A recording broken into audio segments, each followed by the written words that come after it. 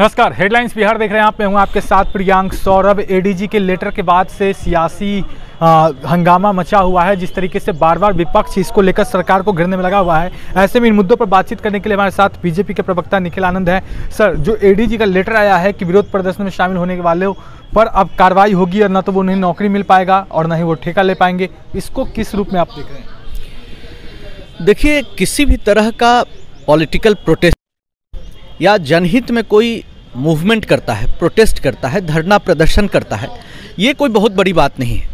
लेकिन उसमें ये संदर्भ निश्चित तौर पर है कि प्रदर्शनों की आड़ में जो लोग पब्लिक प्रॉपर्टी को डिस्ट्रॉय करते हैं, आपराधिक गतिविधियों में लिप्त कई लोग उसमें शामिल होते हैं, ऐसे लोगों के खिलाफ निश्चित तौर पर है।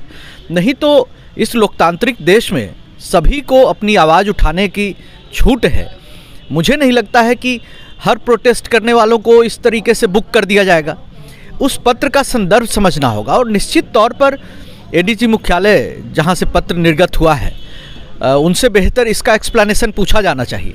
लेकिन उसके मुझे जो संदर्भ पता है वो ये है कि पब्लिक प्रॉपर्टी को कोई डिस्ट्रॉय करता है, कोई आपराधिक गतिविधियों में कोई संलिप्त होता है, या कोई पॉलिटिकल वेंडेटा के तहत कोई ऐसी घटनाओं को अंजाम देता है जो आपराधिक गतिविधियों की हद में आता हो, जद में आता हो, तो निश्चित तौर पर उस पर कार्रवाई होनी चाहिए। विपक्ष तो इसको लेकर सरकार को तानाशाह कर रही है, मुसोलिनी और हिटलर तक से तुलना किया जा रहा है। देखिए, कोई भी सरकार हो, सरकार का मकसद है कि लोकतंत्र और लोकतंत्र में लोकतांत्रिक तरीके से उठाई गई हर आवाज़ को सुनना। हमारी सरकार संवाद करना चाहती है। किसी के अगर ग्रीवांसेज हो तो वो एप्रोप्रिएट अथॉरिटी के पास पहुंचकर अपनी बात रख सकते हैं, लिखित या मौखिक तौर पर। हमारे उप मुख्यमंत्री जी भी लोगों से मिलते हैं, जनता दरबार लगाते हैं, तो ये ग्रीवांसेज कही जा सकती है। मुझे लगता है कि कोई भी प्रशासनिक और शासकीय दायरे में अगर कोई काम है उसके बारे में आम जनता को अपने संबंधित अधिकारियों और राजनीतिक जो नेता हैं उनके मार्फत अपनी बात बुलंद जरूर करनी चाहिए। जो ज़रूरत हो तो प्रोटेस्ट होना चाहिए, लेकिन प्रोटेस्ट की आड़ में अगर कहीं इस तरीके से पब्लिक प्रॉपर्टी, गवर्नमेंट प्रॉपर्टी या फिर कोई आपराधिक गतिविधियों को अंजाम दिया जाता है, वो निश्चित तौर पर गलत है। प्रोटेस्ट करना सही है, लेकिन स्टोन पेल्टिंग कि आप हमला उसकी आड़ में करें तो ये गलत है।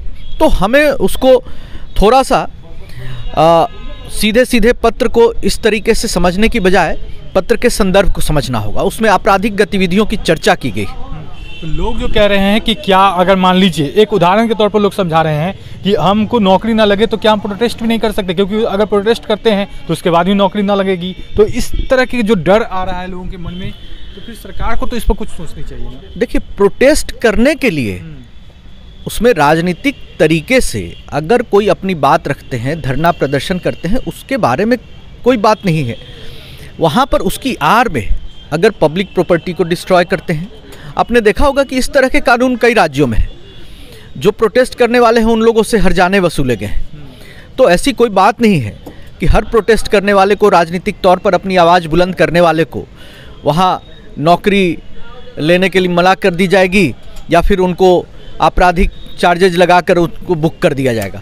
ऐसी कोई बात नहीं। तो क्या बिहार में भी सरकार अब यूपी के योगी सरकार के तर्ज पर काम कर रही है? जिस तरीके से वहाँ पर प्रोटेस्ट करने वालों पर कार्रवाई होती है, तो यहाँ पर देखिए, सरकार पब्लिक प्रॉपर्टी, गवर्नमेंट प्रॉपर्टी की रक्षा करना सरकार का कर्तव्य है। शासन प्रशासन यह जरूर सुनिश्चित करेगा कि धरना प्रदर्शन हो, लोकतांत्रिक गतिविधियाँ चले, लेकिन उसकी आड़ में कोई आपराधिक गतिविधियाँ होती है, कोई प्रॉपर्टी डिस्ट्रॉय किया जाता है, जान माल की क्षति होती है, तो निश्चित तौर पर उस पर कार्रवाई होनी चाहिए।